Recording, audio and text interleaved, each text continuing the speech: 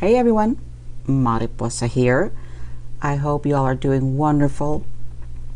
I am in the hot seat right now. I want to answer some questions about my carne guisada. So, first question from Cassandra.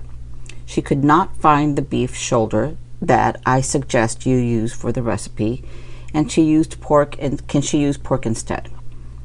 I have made pork carne guisada.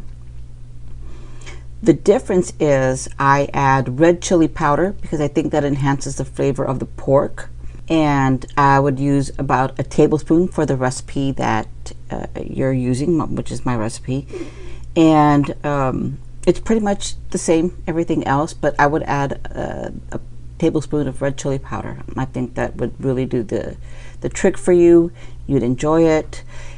Pork does cook a little quicker than beef, so I would probably keep an eye on it. Maybe not cook it low and slow for 3 hours, maybe about 2 hours.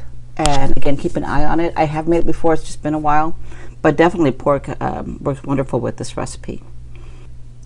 So yeah, Robert asks, what if I want to add potatoes? I mean, I would say totally you can add potatoes. There's enough space in there for them. Make sure that you take into consideration the cooking time of potatoes, so don't add them at the very beginning, maybe for the last 45 minutes. Add them in because you are still cooking low and slow. But I've never done it myself with potatoes. I've considered it, but I haven't done it. But man, give it a try and let me know how it goes. Okay, so I've got some questions from the following folks. Big Perro, Julian, and Marcela ask about subbing the manteca. 100% you can sub the manteca. You can use vegetable oil, olive oil, bacon grease. I would think you can use bacon grease, but just keep in mind that bacon grease is going to have the salt from the bacon, so you'll be making your dish a little bit saltier. If you're okay with that option, fine. If not, cut back on the amount of salt that the recipe asks for.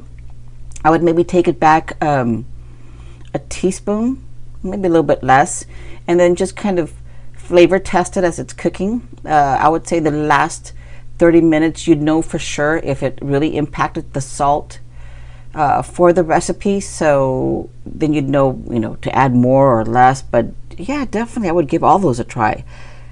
I think that's a great option. I would also consider using even coconut oil.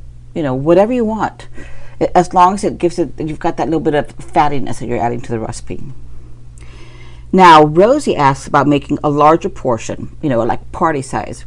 I've done this before. I actually cooked carne guisada for my nephew's wedding, which had, it was a small wedding. We had about 125 people, and he requested my carne guisada. So what I did was, I figured my recipe feeds about 8 people pretty safely.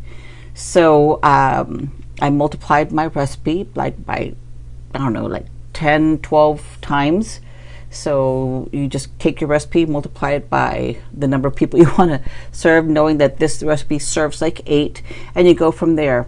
I cooked it in a large roaster.